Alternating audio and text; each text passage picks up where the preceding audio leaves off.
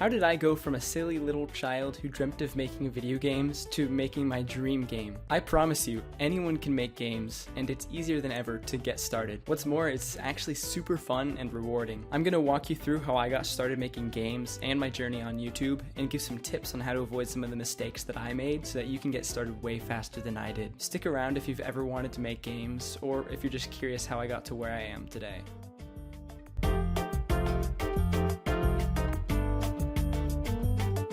I started dreaming about making games when I was a kid. I spent all my free time drawing monster ideas and planning out several huge game ideas. I even planned the layout of the game studio I wanted to make someday. I feel like a lot of people can relate to this no matter how old you are. Having a video game idea feels like birthing a little video game child inside of your brain. Dada. Ugh. I messed around with Unreal Engine a little bit when I was a kid, but I didn't get very far, obviously, as I was young and kind of stupid. I didn't really get my start until when I was about 13 years old. I got accepted into this summer program to teach kids how to make games, and that's where they introduced me to Construct 2.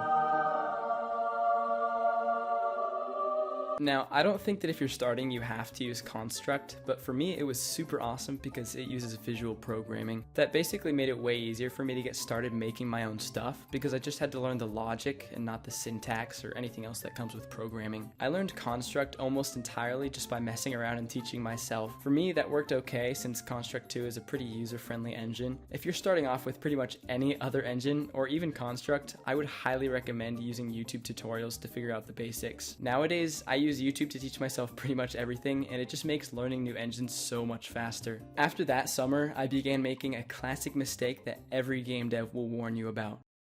I started on my dream game. I know that when you get started with a game engine and start to figure it out, you're going to want to start on your dream game. But trust me, if you actually want to make that game someday, you have to avoid that. Here's why. This is Gears. I wanted to make a steampunk side-scroller with enemies, loot, bosses, and a sick story. What I got was a buggy mess. Aww. Things usually start out okay, but as you add more and more stuff, I found that multiple janky systems brushing up against one another makes for some issues. I spent such a long time on this, and this is actually my second attempt at the game. The first one was so bad I just gave up and started over. I definitely learned stuff while I was developing Gears, but I was much too focused on making something epic and intense when I should have been focusing on making something good and well developed. Ultimately, I never finished Gears because it became a pain to work on with all the bugs. What did I learn from that experience? Absolutely nothing. I started on my next ambitious title, Scroll Quest 2. Don't ask what happened to the first Scroll Quest. What happened to the first Scroll Quest? You don't want to know. This game barely got past the basics because I couldn't figure out how to do melee combat, and again, everything just became a buggy mess. There were several other small projects that I started on that didn't even get past prototyping stages because I didn't have a solid action plan, nor did I have enough experience to make the games I was trying to make. This was around the time I took a detour and I got really into storytime animation. You'd be out doing something.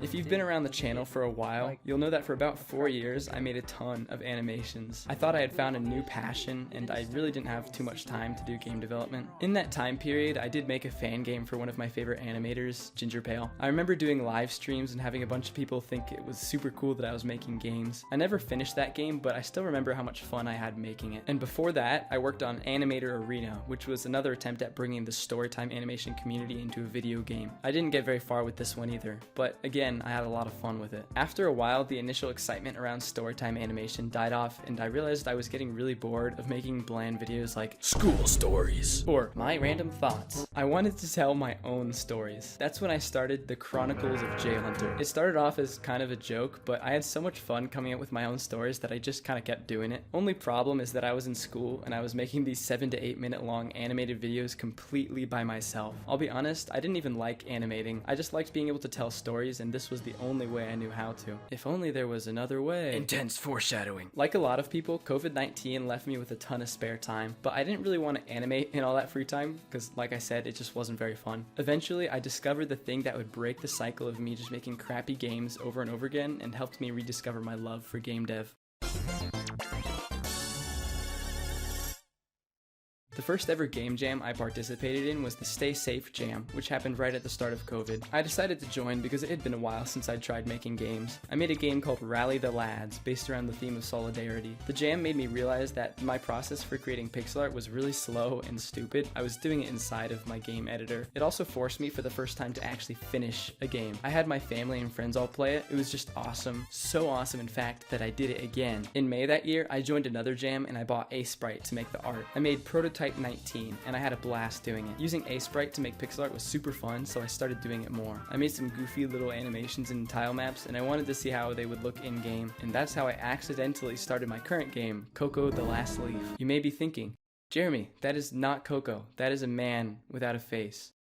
That's true. I had so much fun with this concept that I just kept developing it, and I wanted to make a Metroidvania with the platforming of Celeste and the combat of Hollow Knight. I'll be honest here, I probably shouldn't have started a big project at this point. I should have set out to make a small project with a clearly defined goal, because here I am 2 years later and the game is way different and still nowhere near finished. In June of 2020 though, I stumbled upon development logs, or devlogs, for the first time. I think it was Danny who initially inspired me, which is probably super obvious if you go back and watch my first devlog. Something I did not expect was for people to actually like my devlogs. I'd been making animations for so long and I was surprised that new people were actually finding my channel from the devlog. And so I just kind of kept making them and people kept liking them. And I made a couple more animations and nobody really cared. So I put two and two together and I realized I don't even like making animations that much. Since then, I've embraced my passion for game development and I haven't looked back. During the process of making Coco the Last Leaf, I participated in numerous other game jams, which all helped me to figure out new stuff and improve my abilities. I'm telling you, game jams are such a good way to improve as a game dev and they're so much fun. A few of the games I made include An Excellent Game, where you play as a fragile egg and if you jump too high, you'll splat. 2 games about frogs, one of which is a platformer and the other one is a cooking game, and a cool game I made with my friend Samuel where you try and build a protected chain while archers try to shoot it down. All of my game jam games are posted on my itch.io page if you want to try them out. As I learned and grew during game jams, I went back and redid systems for my game. I don't think anything in the original game is still the same as it is now, and that's the cool thing. As you learn, you'll improve your methods for doing things. That's why it's so important to make a bunch of games, because that's how you'll learn. In the future, I'm going to focus a lot more on knowing what I'm making before I start and setting deadlines for myself. I also want to keep improving and learning new ways of making games. In fact, I'm starting to get into the 3D side of game dev, and that's where I plan to go next. I still can't believe how far I've come and how many cool experiences I've had because of game dev. If you've ever wanted to make a game, I can't recommend it enough. It doesn't necessarily matter where you start, it just matters that you keep trying to improve every day.